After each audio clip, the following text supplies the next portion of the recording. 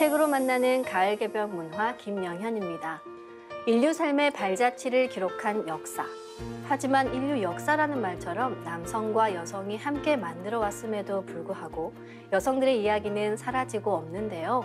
오늘 이 시간엔 처음 읽는 여성 세계사를 통해 여성들의 역사가 사라진 원인과 여성들이 실제 활약했던 이야기에 대해 알아보겠습니다. 책에 대해 소개해 주실 분 자리에 모셨는데요. 광주 상무도장 박기숙 수석포감님이십니다. 안녕하세요. 네, 안녕하세요. 네, 오늘 함께할 책이 처음 읽는 여성 세계사인데요. 부제가 그 많던 역사 속 여성들은 다 어디로 사라졌는가 이거든요. 즉 역사 속에 기록되지 못한 여성들의 이야기인데 책에 대해 간략히 소개해 주실까요? 네, 우리가 역사하면 생각나는 것이 항상 남자들만 나라를 세우고 전쟁을 하고 세상을 바꾼다고 기록되어 있잖아요. 처음 읽는 여성 세계사는 이런 역사에 의문을 던지고 있습니다. 그러나 인류 역사를 살펴보면 자신을 가둔 울타리를 부수고 밖으로 나온 여성들이 늘 있었습니다. 고대 이집트에는 여성 파라오 하트셉수트는 이집트를 통치하며 국가의 부를 증진시키고 왕자가 훌륭한 왕이 될 수 있도록 교육을 시켰지만 그녀가 세상을 떠난 뒤 신전벽에 새겨져 있던 그녀의 이름은 칼로 도려내졌다고 합니다. 그리고 몽골 제국을 이룬 징기즈칸은 딸들에게 그가 정복한 땅을 다스리게끔 했지만 그 역사가들에 의해 여성의 역사가 기록된 부분을 모조리 잘라내 기록의 대부분이 사라지고 말았다고 하고요. 때로는 어떤 여성이 용감하게 역사에 끼어들고자 했다면 매우 나쁜 여자로 기록되기도 했습니다. 이렇듯 역사 속의 여성은 편견과 왜곡 속에 그들의 삶과 활동이 덮어져 버렸는데요. 저자는 이 책을 통해 지워졌던 여성의 역사 퍼즐 조각을 찾아 채워놓고 있습니다. 그래서 처음 읽는 여성 세계사에서 세계사의 주요 흐름 속에서 역경을 딛고 위대한 사상가, 예술가, 정치가가 된 강인하고 총명하고 용감한 여성의 이야기를 살펴볼 수 있습니다. 네, 우리가 히스토리라는 말에서 알 수 있듯이 히스토리는 남성을 뜻하는 히스와 이야기를 뜻하는 스토리로 구성되잖아요. 이것만 봐도 참 여성들이 역사에서 철저히 배제됐다는 것을 알 수 있는데 태고 시대만 해도 남녀의 모습은 지금과 많이 달랐다고 하잖아요. 네, 그렇습니다. 박물관에 전시된 선사시대 모형이나 교과서를 보면 남자는 사냥을 하고 여자는 움막이나 동굴에서 요리를 하는 모습을 흔히 볼 수 있는데요.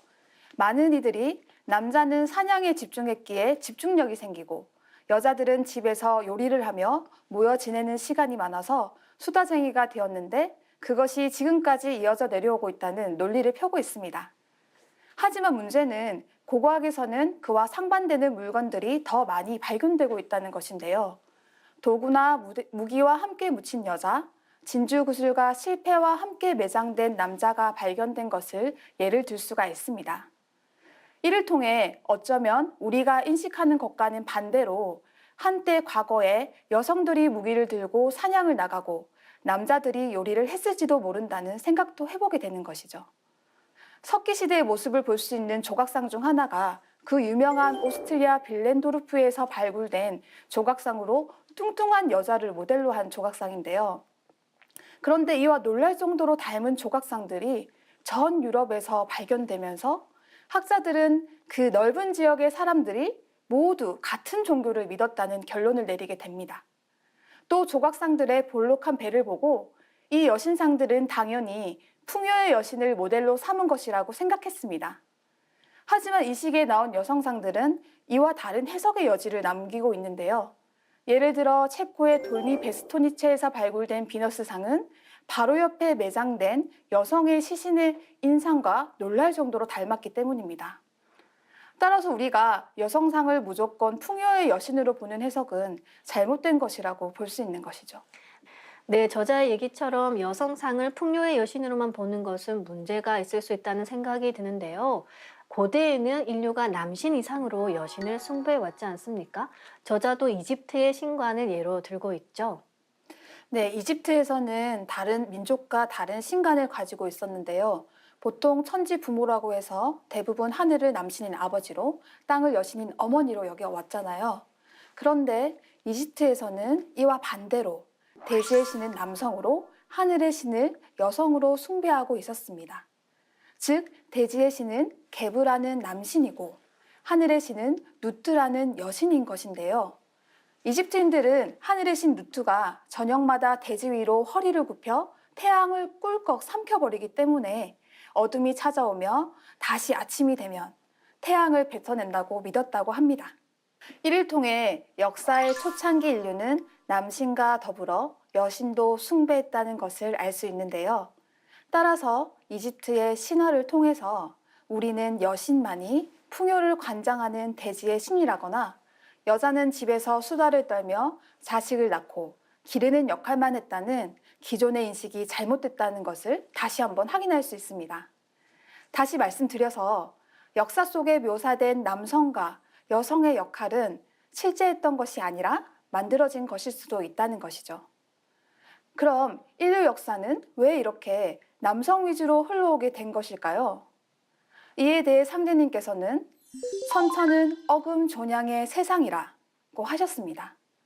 지금 인류가 살고 있는 이 시대가 양기운이 음기운을 억누르는 상극시대라는 것인데요.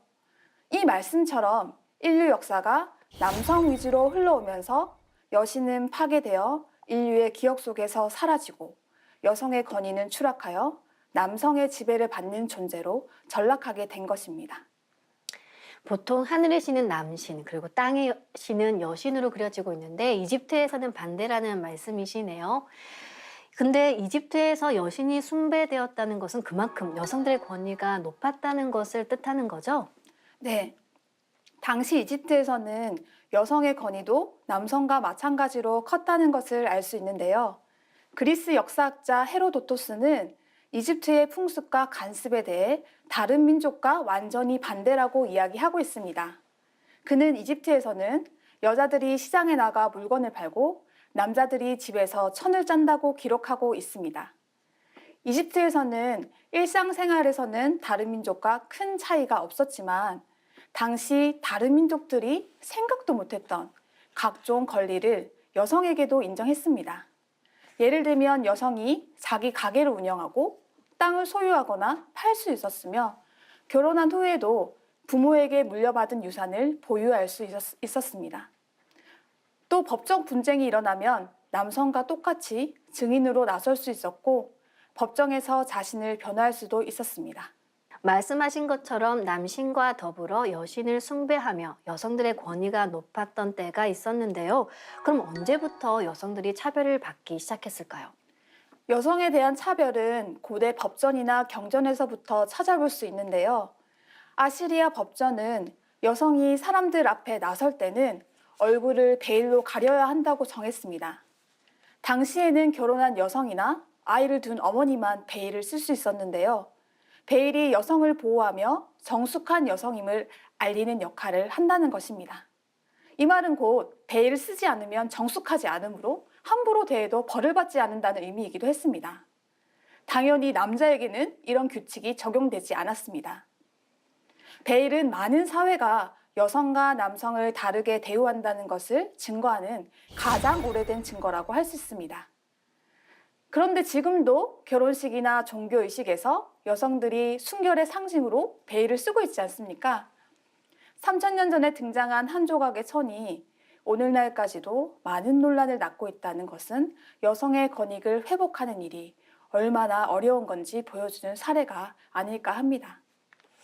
네, 종교 얘기가 나와서 말인데 이 여성 차별의 원인을 제공한 대표적인 곳 중에 하나가 바로 종교라고 알고 있습니다.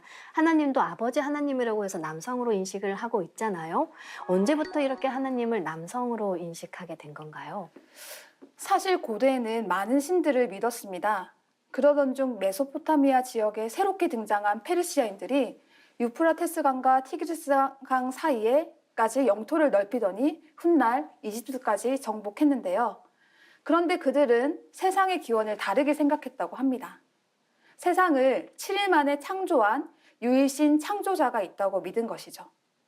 그리고 그 창조의 신을 인간과 동물의 형상이 아닌 불로 묘사했는데요.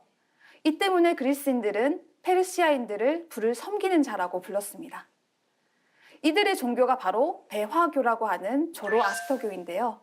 지금도 이란과 인도 등지에서 소수의 사람들이 남아 신앙하고 있죠. 조로아스터교는 페르시아의 철학자인 조로아스터에 의해 창시된 종교인데요. 보통 짜라투스트라로 더 잘 알려져 있죠. 그는 이 세상에 선과 악이라는 두 가지 원칙이 있어 서로 패권을 잡기 위해 영원히 싸운다고 가르쳤습니다. 또한 앞서 말씀드린 대로 창조신의 교리를 세상에 알렸는데 문제는 그의 신이 남자라는 것입니다.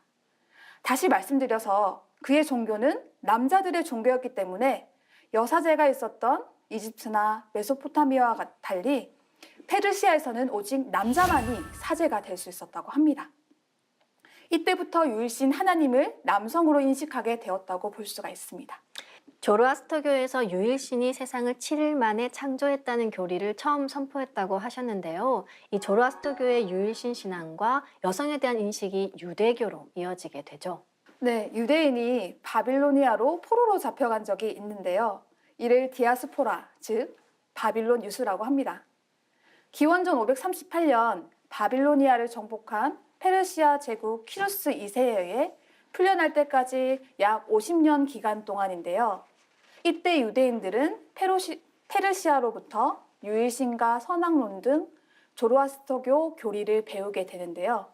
이를 바탕으로 예루살렘 성전을 재건하고 유대교를 정립하고 구약 성서의 기초를 만들게 되면서 조로아스터교의 유일신 신앙과 여성에 대한 인식이 유대교로 이어지게 된 것입니다. 다시 말씀을 드려서 7일 동안 세상을 창조했다든지 아담의 갈빗대를 뽑아서 이브를 만들었다든지 이브가 선악과를 따먹어서 원죄가 생겼다든지 하는 이야기가 창세기에 등장하게 된 것이죠. 여자의 무지몽매와 나약함 때문에 인류가 불행하게 됐다는 것인데요. 이런 식의 해석은 여성과 원죄, 죄가 서로 뒤엉켜 연상작용을 일으켰다고 합니다. 그리고 그 연상의 효과는 만만치 않았는데요. 수백 년 동안 학자들은 걸핏하면 이 원죄를 들먹이면서 여자를 믿어서는 안 되고 여자는 천성적으로 열등한 존재라고 가르친 것입니다. 이렇게 왜곡된 교리는 지금도 여자들을 옥죄는 도구로 사용되고 있는데요. 이처럼 유대인들이 남성 위주의 교리를 받아들이면서 남녀를 철저히 구분했고 원죄의 이야기에서 교리를 끌어내 여자들을 집안에 가두고 남자들에게 철저히 복종하라고 강요하는 법률을 만들게 된 것입니다. 이스라엘인들은 남신뿐만 아니라 여신을 함께 섬기고 조상신도 모시는 다신 신앙을 했다고 알고 있거든요. 그런데 유대교의 유일신에 대한 이 교리가 이식되면서 여신과 조상신에 대한 숭배가 사라진 것이네요. 고대 세계에서 여신들은 큰 인기를 누리고 숭배를 받았습니다. 또한 여신을 모시는 여사제도 중요한 역할을 했었고 천상의 여신 못지않은 존경을 받았습니다. 그러나 유일신 신앙이 등장하면서 이 모든 것이 달라지게 되었는데요. 그중 한 예를 들면 유대 사원에서 모시던 여신 아세라가 있었습니다. 유대인들은 아세라를 야훼의 신부로 여기고 비석에 그의 아내라고 적었다고 하는데요. 그렇지만 훗날 한 유대 왕이 유대 사원에서 여신 아세라를 없애기로 결심했고 그때부터 예루살렘의 사원은 남성으로 유일신만을 모시는 성전이 되었다고 합니다. 유일신이 자리 잡기까지는 제법 긴 시간이 필요했지만 한번 정착이 되자 언젠가부터 유럽은 물론 다른 모든 지역에서 여신이라는 관념이 완전히 사라지게 되었습니다. 여성이 사원과 신전에서 배척당하는 시대가 찾아오게 된 것입니다. 물론 이렇게 된 데는 유일신을 남성으로 비정하고 신앙하고 가르치는 기성 종교의 역할을 빼놓을 수가 없습니다. 네, 지금까지 말씀을 정리를 해보면 인류가 여신 신앙을 했을 때는 여성의 권위도 높았지만 이 여신 숭배가 사라지면서 여성 차별이 함께 증가했다는 것을 알 수가 있습니다. 그런데 여기서 우리가 한 가지 의문을 가질 수가 있는데요. 아버지 하나님이라는 말처럼 과연 하나님은 유일신으로 남신만 있는 건가요? 하나님이 한 분만 있는 것인지 그렇지 않다면 남성인지 여성인지 누구나 궁금하게 생각하는 문제일 텐데요. 이는 하나님이신 상제님의 말씀에서 그 해답을 찾을 수가 있겠죠. 각 종교에서는 우주를 통치하시는 주제자 하느님을 각각 다른 호칭으로 불러왔는데요. 불교에서는 미륵불, 기독교에서는 아버지 하나님이라고 불렀고 도가 유가에서는 옥황상제라고 불러왔습니다. 모두 우주의 주제자 한 분을 말씀하시는 것이죠. 그 한 분 하나님이 바로 가을 개벽기를 맞아 인류를 구원하시기 위해 이 땅에 강세하신 증산 상제님이신데요. 그런데 상제님은 인류가 잃어버렸던 어머니 하나님, 여신의 존재를 일깨워 주셨습니다. 수부도수로 천하 만민을 살리는 종통대권은 나의 수부, 너희들의 어머니에게 맡긴다는 말씀이 바로 그것인데요. 이 말씀에서 상제님으로부터 인류 구원의 종통대권을 받으신 수부님이 바로 인류의 어머니 하나님이라는 것을 알 수 있습니다. 이는 1947년 중동의 사해에서 발견된 유대교의 사해 문서에서도 확인할 수 있는데요. 거기에는 메시아가 한 분은 왕으로, 다른 한 분은 제사장으로 두 분이 오신다고 기록되어 있습니다. 기존에 우리가 알고 있던 유대교 성서에는 하나님이 남신으로 한 분으로 알고 있지만 원래는 두 분이 오신다는 충격적인 사실인데요. 그 두 분이 바로 우주 통치자 아버지 하나님이신 증산 상제님과 그분의 반려자이자 어머니 하나님이신 태모 고 수부님이십니다. 수부는 상제님께서 밝혀주신 어머니 하나님의 공식 호칭으로 인간과 천지 간의 모든 신명의 어머니라는 뜻입니다. 도전 11편 1장을 보겠습니다.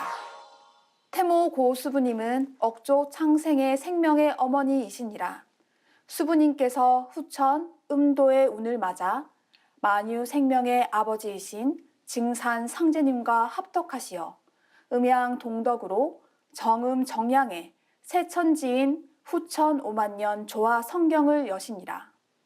이 우주에는 모든 인간과 천지 만물에 생명을 낳아주신 생명의 아버지, 어머니가 계십니다.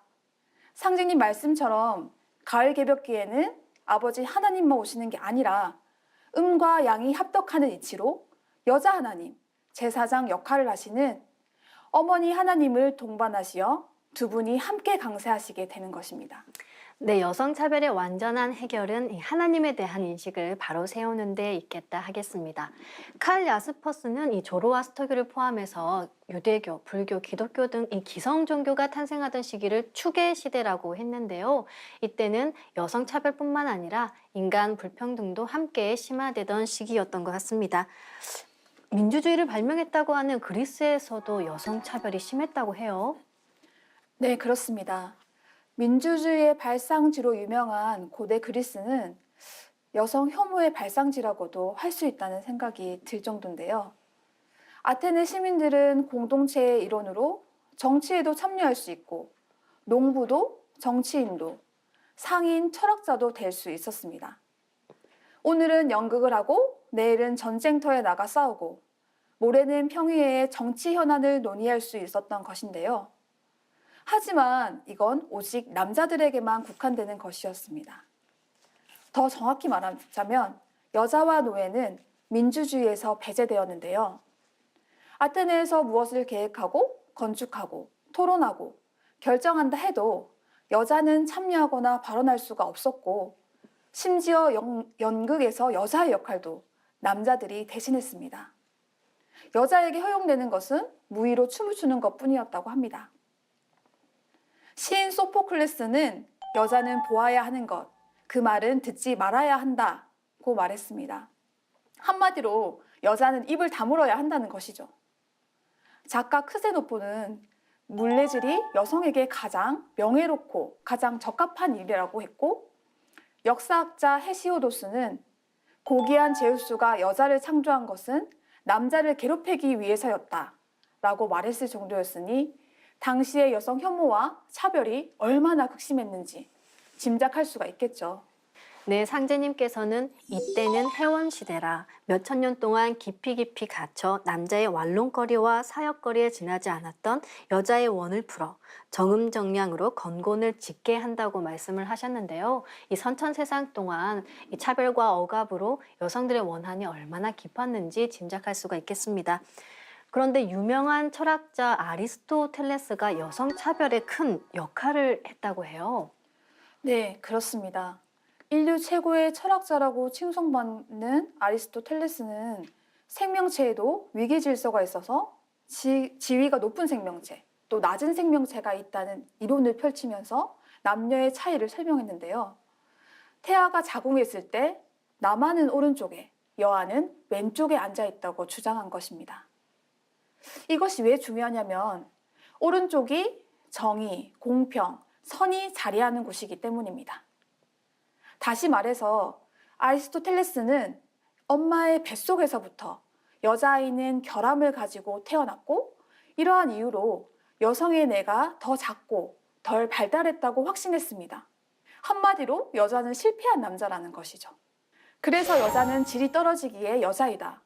자연적인 결함 탓에 여자인 것이다. 그렇기 때문에 착한 여자는 노예처럼 복종해야 한다. 라고 주장을 했고 이런 아리스토텔레스의 오류는 수많은 사람들이 여성 차별을 하도록 만드는데 큰 영향을 주었다고 볼 수 있습니다. 그리스를 이은 로마의 법조항에서도 여자는 경솔하기 때문에 성년이 되어도 보호를 받아야 한다. 여자는 남자보다 가치가 떨어진다. 라는 주장을 펼치고 여성을 남성의 보호 아래에 두고 차별하였습니다. 지금까지 박기숙 수석포감님을 모시고 처음 읽는 여성 세계사에 대해 말씀 나눠봤는데요. 잃어버린 여신 신앙을 회복할 때 여성들의 권위도 함께 회복될 수 있다는 것을 알 수 있었습니다. 다음 시간에는 세계를 바꾼 여성들의 역사에 대해 알아보겠습니다. 감사합니다. 감사합니다.